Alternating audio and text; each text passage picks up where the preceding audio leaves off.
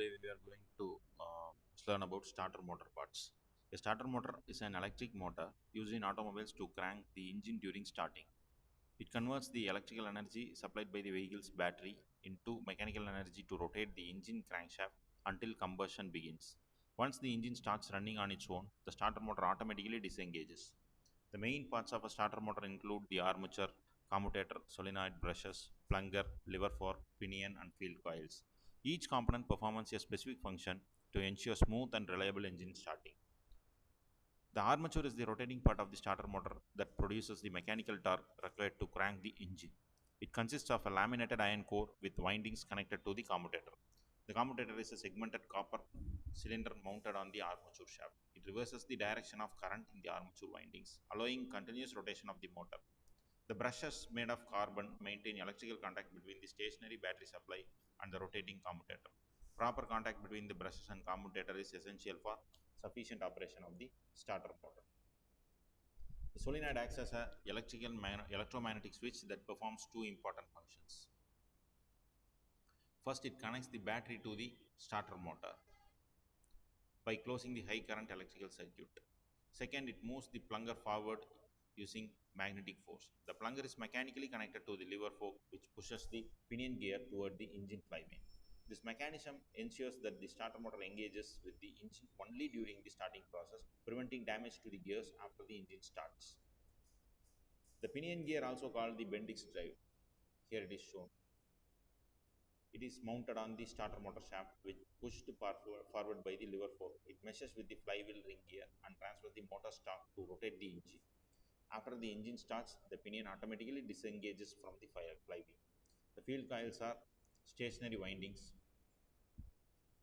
So this is the field coils with the stationary housing fixed inside the starter motor housing.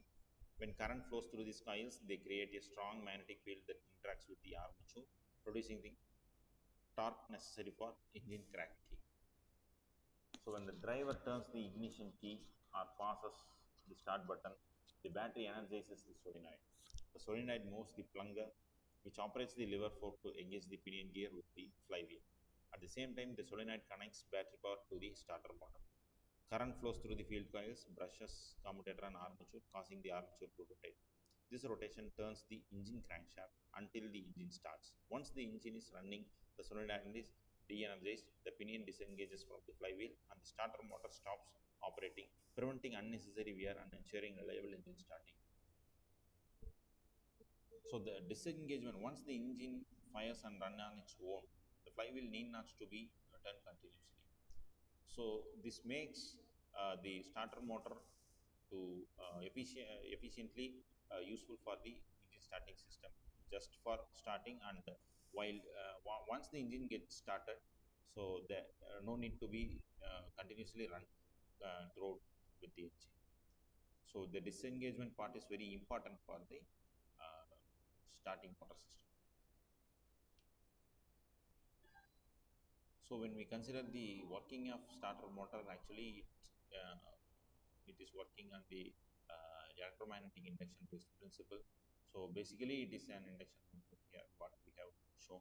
So sometimes we have already heard about this electromagnetic induction principle, and the direction of the rotation can be determined by using the uh, Fleming's rule. So the field coils and the armature are connected in series by carbon brushes. Carbon brushes are used to connect the current connectivity to the motor windings as an electrical input for the motor. So this is about the starter motor, and we will see the next topic in the